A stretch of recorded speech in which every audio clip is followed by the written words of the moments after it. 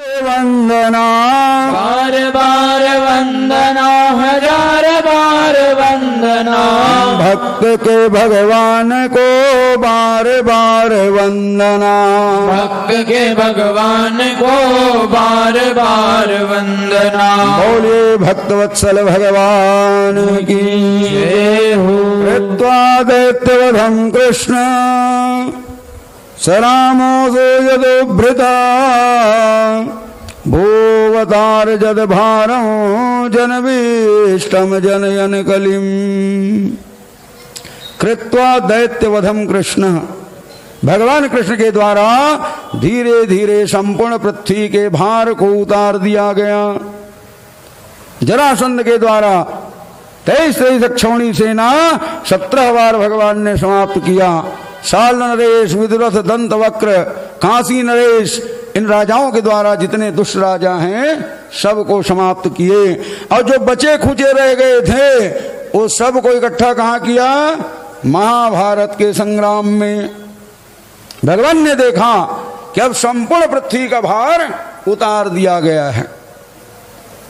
तो जानते हो व्यक्तिगत अभी तक सम्मान जब तक उनका कार्य चलते रहे, और जहां कार्य पूर्ण हो गए ना तो प्राणी को चाहिए स्थान को त्याग दें, क्योंकि कार्य नहीं रहने पर फिर वहां सम्मान रहने वाला नहीं है। भगवान ने विचार किया मेरा कार्य पूर्ण हो चुका है, इस धराधाम को छोड़कर अब मुझे परम धाम जाना आवश्यक है। लेकिन जाने से पहले जितना परिवार को बढ़ा दिया हूं, भगवान ने कहा इसको भी लेके जाना बहुत जरूरी है। क्योंकि जानते हो जिनके पास 3 चीज बढ़ जाता है वो आगे चल करके अधर्म अत्याचारी हो जाते हैं, धन, जन और बल। जिसके पास धन अधिक हो जाए तो द्वारिका में धन का कोई कमी है नहीं, जिसके पास बल अधिक हो जाए तो द्वारिका में बल का भी कोई कमी नहीं है, और जिनके पास जन अधिक हो जाए परिवार तो द्वारिका में जन का भी कोई कमी है ही नहीं। क्योंकि जानते हो अकेले भगवान का परिवार कितना है जी? 16,108 तो भगवान की रानियां हैं। अब एक एक रानियों गर्भ से कितने संतान जन्म लिए हैं?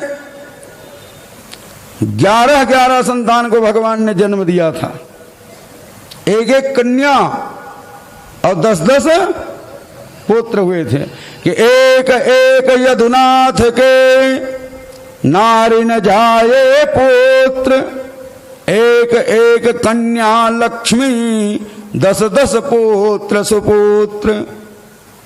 तो भगवान की कन्या की संख्या कितना हो गया था? जितनी रानियां थी। कितनी कन्याएं हैं? 16,108 तो खाली बेटी हो गए थे।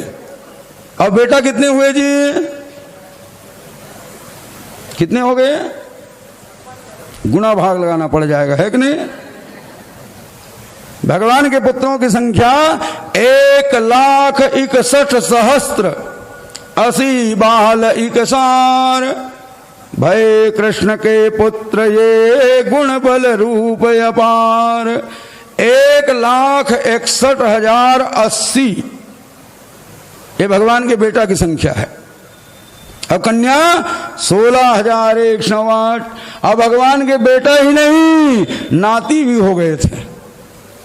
भगवान के बेटा प्रद्युम्न, प्रद्युम्न के और बेटा अनिरुद्ध हो गया। देख नहीं, भगवान के नाती भी हो गए, और नाती ही नहीं भगवान के पनाती भी हो गए थे। अनिरुद्ध के बेटा वज्रनाभ।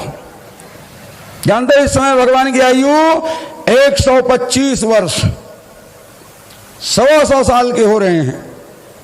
जब प्राणी 100 साल तक जिएगा तो नाती पंथी सबके मुंह देखेगा कि नहीं? भगवान की 4 पीढ़ियां एक साथ जी रहे हैं कि नहीं? भगवान के पूरे परिवार की संख्या 1 करोड़ को पार करने वाला था, और संपूर्ण जदवंशियों की संख्या 56 करोड़ कहा गया है। और 56 करोड़ जदवंशियों कहीं मैं छोड़ के पृथ्वी में चला गया तो भगवान ने कहा अभी तो सब मेरे अधीन हैं, मेरी आज्ञा का पालन करते हैं, धर्म कार्य में लगे हैं, लेकिन जैसे मैं यहां से जाऊंगा ये स्वतंत्र हो जाएंगे। अब यही आगे चल करके धर्म अत्याचार करना प्रारंभ कर देंगे। जैसे हाथी सरोवर में स्नान किया, अब स्नान करके बाहर ही आया और धूल को सुंड में उठा के इसे उलेड़ लिया, तो नहाना नहीं नहाना बरोबर हुआ कि नहीं? अरे पृथ्वी का भार मैं उतारा और यहां से चला गया, अब बाद में मेरे पुत्र ही कहीं पृथ्वी के भार बन गए, ये उचित नहीं है। इनको भी अपने साथ में लेकर के जाऊंगा। गांधारी के द्वारा इनको श्राप तो मिल ही चुका है, तो गांधारी भगवान को श्राप दी थी कि नहीं, लेकिन वो अकारण श्राप है और अकारण श्राप लगा नहीं करता। इनको ब्राह्मणों से श्राप दिलवाना बहुत जरूरी है, और ब्राह्मणों के द्वारा जदवंशियों को श्राप दिलवाया गया। जानते भगवान के रहते कलयुग का आगमन हो चुका था, द्वारिका में प्रवेश कर नहीं पा रहे थे। संत महात्माओं को पता चला कि भगवान परम नाम जाने वाले हैं। संत महात्मा लोग भगवान की दर्शन करने के लिए जमात बना करके द्वारिका में प्रवेश किए। अब महात्माओं को जांच पड़ताल तो होगा नहीं, ऐसा मानकर कलयुग भी इनके साथ ही साथ द्वारिका में प्रवेश कर गया। संत महात्मा भगवान से आशीर्वाद लेकर पिंडारक क्षेत्र में निवास करने लगे, और वहीं पर निवास हो गया कलयुग का। घूमते घूमते भगवान के पुत्र उधर जा रहे थे, कलयुग को मौका मिला, समाहित हो गए इनके सिर में। अब इनको हंसी ठटोली सूझ गया, महात्माओं की परीक्षा लेने के लिए आगे बढ़े। भगवान के पुत्र सांब को साड़ी पहना दिया गया और नारी बनाकर सामने प्रस्तुत किए दुर्वासा महात्मा के। बताइए इनके घर में कन्या है कि पुत्र है? जानते दुर्वासा महात्मा अपने क्रोध को संभालने वाला नहीं है, आवेश में आकर के श्राप दे दिया, न कन्या होगी न पुत्र होगा, क्या भयानक मूसल जो तुम्हारा काल बनेगा।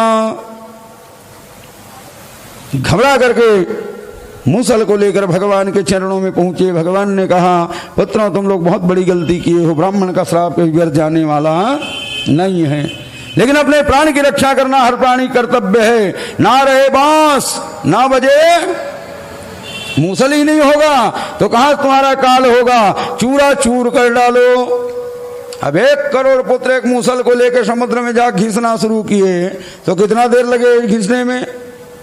संपूर्ण मूसल को चूरा चूर करके पानी में बहा दिए। अंत में एक छोटा सा कण बच गया, घिसने के कारण इतना तेज धार हो गया था, पकड़ते नहीं बन रहा था। इतना सा कण क्या बिगाड़ लेगा, उसको छोड़ दिया गया समुद्र में। एक मछली उसे निकल गई, जरा नाम का व्याध उस मछली को पकड़े, पेट को फाड़े। अब एक कण निकला मछली के पेट से, इसे व्याधा अपने बाण के अग्रभाग में लगा लिया। किसके लिए? भगवान श्याम सुंदर के लिए, है कि नहीं? और जितने भी कण मूसल का चूर चूर होकर के बहा था, भला बताओ लोहे से कोई पौधा उत्पन्न हो सकता है जी? लेकिन ब्राह्मण का श्राप अमोघ होता है कि नहीं? वो लोहे के चूर्ण से एक घास उग गया है जिसका नाम एड़ का घास हुआ। अकालांतर में इसी के द्वारा संपूर्ण जदवंशियों का विनाश हुआ कि नहीं? भगवान ने देखा कि चारों तरफ अत्याचार बढ़ने में लगा हुआ, कलयुग की छाया पड़ रही। भगवान ने कहा, देखो हमारे पुत्रों, तुम लोग ब्राह्मण के प्रति अपराध किए हो, तो जिनके प्रति अपराध किए हो यदि कहीं उन्हीं के आशीर्वाद मिल जाए तो शायद तुम लोग श्राप से बच जाओ। इसलिए चलो सबके सब तीर्थ यात्रा करने के लिए भगवान सबको लेकर प्रभास क्षेत्र में पहुंचे।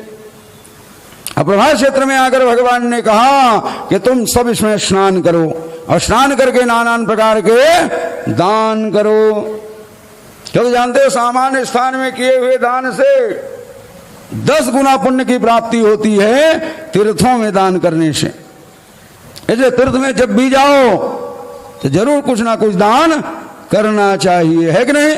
तभी तीर्थ में जाओगे। पंडा लोग कहा करते हैं कि नहीं, अरे भैया तुम्हारे पास नहीं है ना, कोई बात नहीं, संकल्प तो यहाँ कर दो, हम तुम्हारे घरे में आके ले लेंगे, तुमको यहाँ देने की जरूरत नहीं है। क्योंकि यहाँ जब संकल्प करोगे तो 10 गुना ज्यादा फल की प्राप्ति होगी। सामान्य स्थान में किए हुए दान से 10 गुना ज्यादा फल मिलता है तीर्थ में दान करने से, और तीर्थों में दान करने से जो फल मिलता है उससे भी 10 गुना ज्यादा फल कहाँ मिलता है?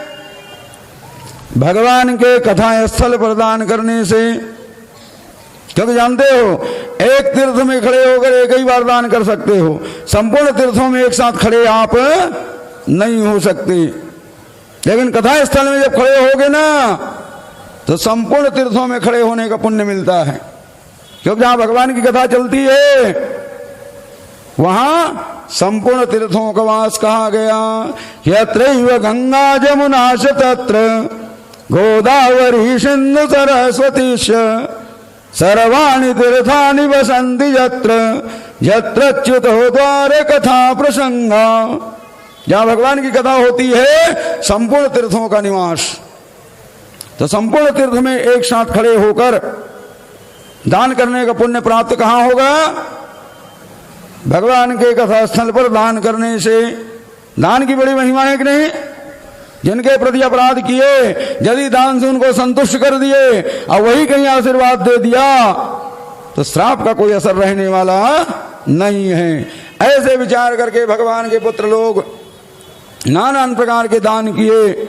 ब्राह्मणों ने आशीर्वचन दिया, ब्राह्मणों के श्राप से जदवंशी बच गए। जैसे जदवंशियों को पता चला कि अब तो हम श्राप से निवृत्त हो गए हैं तो प्रसन्नता मनाना प्रारंभ कर दिए। और प्रसन्नता मनाते हुए मदिरा पान करना प्रारंभ कर दिए। देखो जदवंशी श्राप से बच गए लेकिन शराब से बच नहीं पाए। तभी कहा जाता है कि प्राणी को कभी भी इधर अपने मन को लगाना नहीं चाहिए। क्या नाम है इसका? शराब। शराब माने सड़ा हुआ रब, रब माने पानी। कौन सा पानी है? सड़ा हुआ पानी। देखो प्रत्येक सनातन धर्मियों के घर में पवित्र जल होता है, सबके घर में होता है कि नहीं? लेकिन क्या कभी उसको पीने का विचार करते हो जी? वो पता नहीं किस कोने में ऐसे टांग दिए रहते है कि नहीं? वो कब याद आता है जी जब कोई मरने लगे, अरे लाओ लाओ लाओ, कहाँ है वो गंगा जल, निकालो निकालो, अरे वहां पर रखे हुए थे। वो दौड़ के अपने घरों में नहीं मिलेगा, मांगना पड़ जाता है कि नहीं? तो क्या वो मरने वाले को गंगा जल की जरूरत है जी? क्या आपको गंगा जल की जरूरत नहीं है? आप भी पी सकते हो कि नहीं? कि नहीं, उधर तुम्हारा ध्यान जाने वाला कितना पवित्र जल घर में रखा हुआ लेकिन कभी उसको हाथ लगाते नहीं हो, और वो सड़े हुए पानी को रुपया दे दे खरीद खरीद करके पीते हो। क्या अच्छी बात है? कभी भी अपना मन उधर लगाना नहीं चाहिए। जानते जो प्राणी मदिरा का सेवन कर लेता है वो प्राणी को ज्ञान नहीं होता कि क्या बोलता हूं क्या नहीं बोलता, कौन बड़े हैं कौन छोटे हैं, इसका कोई आभास रहने वाला नहीं है। क्रोध का संचार होता है कि नहीं? क्योंकि मदिरा में वास किसका? क्रोध का वास कहा गया है। अब तो भगवान के पुत्र लोग मधुमेह एक नाम के मदिरा का सेवन करना प्रारंभ कर दिए। अब मदिरा सेवन करते करते वार्तालाप चली और बातचीत शराबी का कब वाद विवाद में बदल जाए, अब वाद विवाद कब डंडावाद में बदल जाए का कोई ठिकाना नहीं है। अब तो भगवान के पुत्र स्वयं अपने हाथ में हथियार लेकर आमने सामने खड़े हो गए। प्रद्युम्न अनिरुद्ध सांब सात्यकी, कोई दूसरा नहीं है, सब भगवान के पुत्र हैं और परस्पर एक दूसरे के सामने हाथ में हथियार लेकर के युद्ध करने के लिए आगे बढ़े। भगवान ने देखा कि भाई भाई आपस में लड़ रहे, कृष्ण भगवान मध्य में आए, क्या कर रहे हो? लेकिन ऐसे नशा में झूम रहे थे कि भगवान पर प्रहार करना प्रारंभ कर दिए। अब तो भगवान कृष्ण बलराम भी अपने हथियार को उठाए, युद्ध करते हुए संपूर्ण अस्त्र शस्त्र को नष्ट कर दिए। नशा में झूम रहे हैं, हथियार नहीं रहेगा तो लड़ेंगे भिड़ेंगे लेकिन बाद में शांत हो जाएंगे। लेकिन भरा हुआ था क्रोध, हाथ में हथियार था नहीं। समुद्र किनारे एर का घास बड़ा मजबूत, उसी को उठाए, एक दूसरे पर प्रहार करना प्रारंभ किए और ब्राह्मण के श्राप के कारण वो घास का पौधा तलवार का काम करना प्रारंभ कर दिया। और युद्ध करते करते जदवंशी एक मुहूर्त के भीतर समूलम च विनश्यति। वो जदवंशी जिनकी वो टेढ़ी नजर करने का साहस तीनों लोक में कोई नहीं कर सकते थे।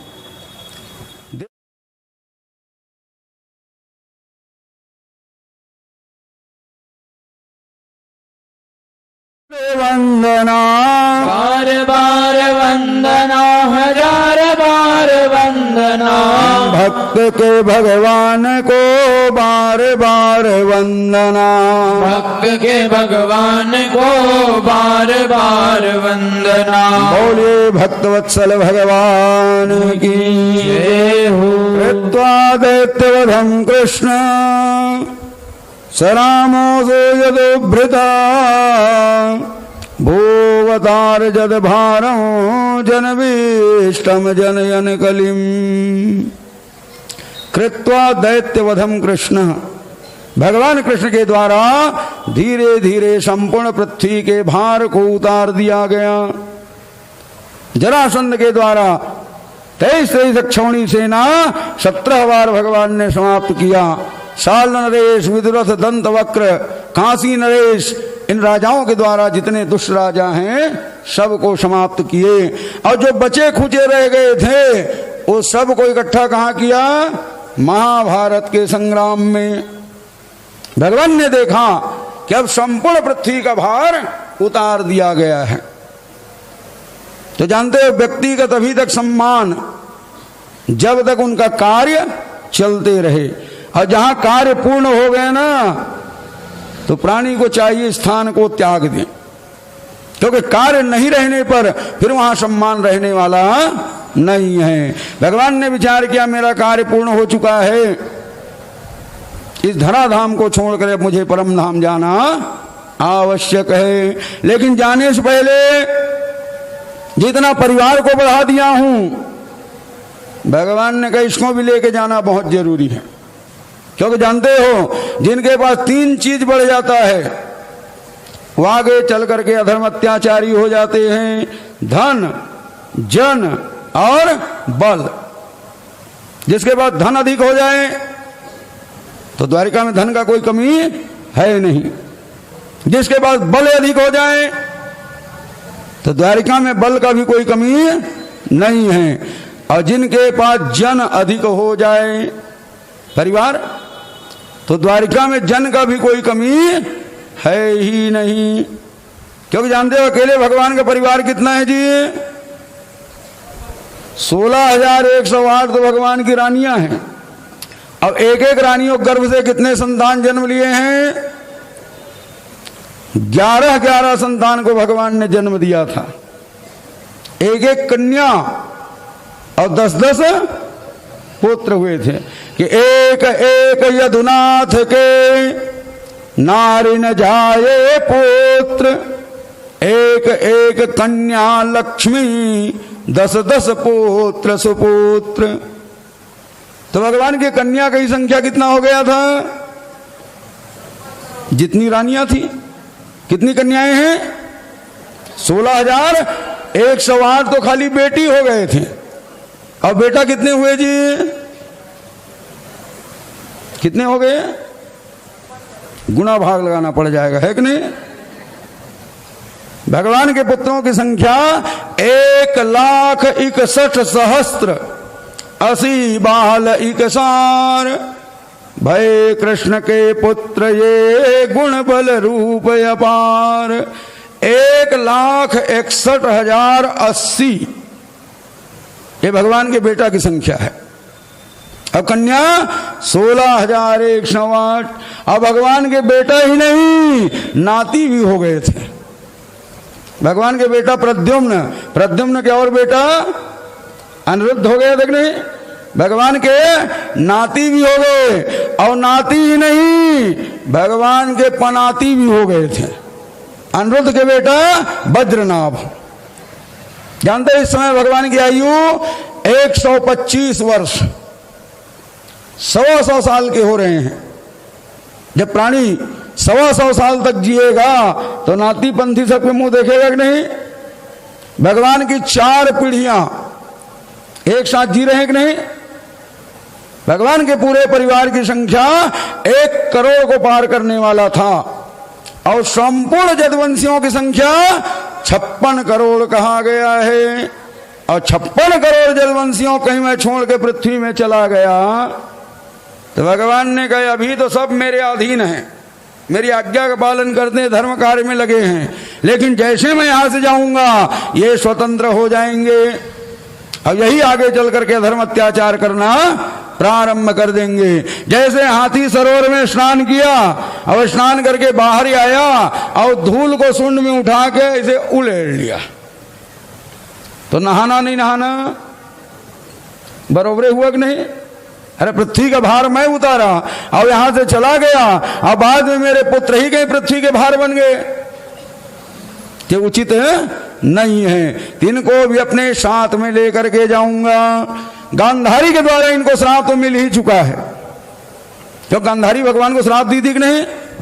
लेकिन वो अकारण श्राप है और अकारण श्राप लगा नहीं करता। इनको ब्राह्मणों से श्राप दिलवाना बहुत जरूरी है और ब्राह्मणों के द्वारा जदवंशियों को श्राप दिलवाया गया। जानते भगवान के रहते कलयुग का आगमन हो चुका था, द्वारिका में प्रवेश कर नहीं पा रहे थे। संत महात्माओं को पता चला कि भगवान परम नाम जाने वाले हैं। संत महात्मा लोग भगवान की दर्शन करने के लिए जमात बना करके द्वारिका में प्रवेश किए। अब महात्माओं कोई जांच पड़ताल तो होगा नहीं, ऐसा मानकर कलयुग भी इनके साथ ही साथ द्वारिका में प्रवेश कर गया। संत महात्मा भगवान से आशीर्वाद लेकर पिंडारक क्षेत्र में निवास करने लगे और वहीं पर निवास हो गया कलयुग का। घूमते घूमते भगवान के पुत्र उधर जा रहे थे, कलयुग को मौका मिला, समाहित हो गए इनके सिर में। अब इनको हंसी ठटोली सूझ गया, महात्माओं की परीक्षा लेने के लिए आगे बढ़े। भगवान के पुत्र सांब को साड़ी पहना दिया गया और नारी बनाकर सामने प्रस्तुत किए दुर्वासा महात्मा के। बताइए इनके घर में कन्या है कि पुत्र है? जानते दुर्वासा महात्मा अपने क्रोध को संभालने वाला नहीं है, आवेश में आकर के श्राप दे दिया, न कन्या होगी न पुत्र होगा, क्या भयानक मूसल जो तुम्हारा काल बनेगा। घबरा करके मूसल को लेकर भगवान के चरणों में पहुंचे। भगवान ने कहा पुत्रों तुम लोग बहुत बड़ी गलती किए हो, ब्राह्मण का श्राप कभी व्यर्थ जाने वाला नहीं है, लेकिन अपने प्राण की रक्षा करना हर प्राणी कर्तव्य है। ना रहे बांस ना बजे मूसल ही नहीं होगा तो कहां तुम्हारा काल होगा, चूरा चूर कर डालो। अब 1 करोड़ पुत्र एक मूसल को लेकर समुद्र में जा घिसना शुरू किए तो कितना देर लगे घिसने में? संपूर्ण मूसल को चूरा चूर करके पानी में बहा दिए। अंत में एक छोटा सा कण बच गया, घिसने के कारण इतना तेज धार हो गया था पकड़ते नहीं बन रहा था। इतना सा कण क्या बिगाड़ लेगा, उसको छोड़ दिया गया समुद्र में। एक मछली उसे निगल गई, जरा नाम का व्याध उस मछली को पकड़े, पेट को फाड़े। अब एक कण निकला मछली के पेट से, इसे व्याधा अपने बाण के अग्रभाग में लगा लिया। किसके लिए? भगवान श्याम सुंदर के लिए, है कि नहीं? और जितने भी कण मूसल का चूर चूर होकर के बहा था, भला बताओ लोहे से कोई पौधा उत्पन्न हो सकता है जी? लेकिन ब्राह्मण का श्राप अमोघ होता है कि नहीं? वो लोहे के चूर्ण से एक घास उग आया जिसका नाम एर का घास हुआ। अकालांतर में इसी के द्वारा संपूर्ण जदवंशियों का विनाश हुआ कि नहीं? भगवान ने देखा कि चारों तरफ अत्याचार बढ़ने में लगा हुआ, कलयुग की छाया पड़ रही। भगवान ने कहा देखो हमारे पुत्रों, तुम लोग ब्राह्मण के प्रति अपराध किए हो, तो जिनके प्रति अपराध किए हो यदि कहीं उन्हीं के आशीर्वाद मिल जाए तो शायद तुम लोग श्राप से बच जाओ। इसलिए चलो सबके सब तीर्थ यात्रा करने के लिए भगवान सबको लेकर प्रभास क्षेत्र में पहुंचे। अब प्रभास क्षेत्र में आकर भगवान ने कहा कि तुम सब इसमें स्नान करो और स्नान करके नाना प्रकार के दान करो। क्योंकि जानते हो सामान्य स्थान में किए हुए दान से 10 गुना पुण्य की प्राप्ति होती है तीर्थों में दान करने से। इसलिए तीर्थ में जब भी जाओ तो जरूर कुछ ना कुछ दान करना चाहिए, है कि नहीं? तभी तीर्थ में जाओगे। पंडा लोग कहा करते हैं कि नहीं, अरे भैया तुम्हारे पास नहीं है ना, कोई बात नहीं, संकल्प तो यहां कर दो, हम तुम्हारे घरे में आके ले लेंगे, तुमको यहां देने की जरूरत नहीं है। क्योंकि यहां जब संकल्प करोगे तो 10 गुना ज्यादा फल की प्राप्ति होगी। सामान्य स्थान में किए हुए दान से 10 गुना ज्यादा फल मिलता है तीर्थ में दान करने से। और तीर्थों में दान करने से जो फल मिलता है उससे भी 10 गुना ज्यादा फल कहां मिलता है? भगवान के कथा स्थल पर दान करने से। क्योंकि जानते हो एक तीर्थ में खड़े होकर एक ही बार दान कर सकते हो, संपूर्ण तीर्थों में एक साथ खड़े आप नहीं हो सकते। लेकिन कथा स्थल में जब खड़े होगे ना तो संपूर्ण तीर्थों में खड़े होने का पुण्य मिलता है। क्योंकि जहां भगवान की कथा चलती है वहां संपूर्ण तीर्थों का वास कहा गया। यत्रैव गंगा जमुना च तत्र गोदावरी सिंधु सरस्वती सर्वाणि तीर्थानि वसन्ति यत्र यत्रच्युतो द्वार कथा प्रसंगा। जहां भगवान की कथा होती है संपूर्ण तीर्थों का निवास। तो संपूर्ण तीर्थ में एक साथ खड़े होकर दान करने का पुण्य प्राप्त कहां होगा? भगवान के कथा स्थल पर दान करने से। दान की बड़ी महिमा है कि नहीं? जिनके प्रति अपराध किए यदि दान से उनको संतुष्ट कर दिए और वही कहीं आशीर्वाद दे दिया तो श्राप का कोई असर रहने वाला नहीं है। ऐसे विचार करके भगवान के पुत्र लोग नाना प्रकार के दान किए। ब्राह्मणों ने आशीर्वचन दिया। ब्राह्मणों के श्राप से जदवंशी बच गए। जैसे जदवंशियों को पता चला कि अब तो हम श्राप से निवृत्त हो गए हैं तो प्रसन्नता मनाना प्रारंभ कर दिए। और प्रसन्नता मनाते हुए मदिरा पान करना प्रारंभ कर दिए। देखो जदवंशी श्राप से बच गए लेकिन शराब से बच नहीं पाए। तभी कहा जाता है कि प्राणी को कभी भी इधर अपने मन को लगाना नहीं चाहिए। क्या नाम है इसका? शराब। शराब माने सड़ा हुआ रब, रब माने पानी। कौन सा पानी है? सड़ा हुआ पानी। देखो प्रत्येक सनातन धर्मियों के घर में पवित्र जल होता है। सबके घर में होता है कि नहीं? लेकिन क्या कभी उसको पीने का विचार करते हो जी? वो पता नहीं किस कोने में ऐसे टांग दिए रहते है कि नहीं? वो कब याद आता है जी? जब कोई मरने लगे, अरे लाओ लाओ लाओ, कहाँ है वो गंगा जल, निकालो निकालो। अरे वहां पर रखे हुए थे। वो दौड़ के अपने घरों में नहीं मिलेगा, मांगना पड़ जाता है कि नहीं? तो क्या वो मरने वाले को गंगा जल की जरूरत है जी? क्या आपको गंगा जल की जरूरत नहीं है? आप भी पी सकते हो कि नहीं? कि नहीं, उधर तुम्हारा ध्यान जाने वाला। कितना पवित्र जल घर में रखा हुआ लेकिन कभी उसको हाथ लगाते नहीं हो। और वो सड़े हुए पानी को रुपया दे दे खरीद खरीद करके पीते हो। क्या अच्छी बात है? कभी भी अपना मन उधर लगाना नहीं चाहिए। जानते हो जो प्राणी मदिरा का सेवन कर लेता है वो प्राणी को ज्ञान नहीं होता कि क्या बोलता हूं क्या नहीं बोलता, कौन बड़े हैं कौन छोटे हैं, इसका कोई आभास रहने वाला नहीं है। क्रोध का संचार होता है कि नहीं? क्योंकि मदिरा में वास किसका? क्रोध का वास कहा गया है। अब तो भगवान के पुत्र लोग मधुमेह एक नाम के मदिरा का सेवन करना प्रारंभ कर दिए।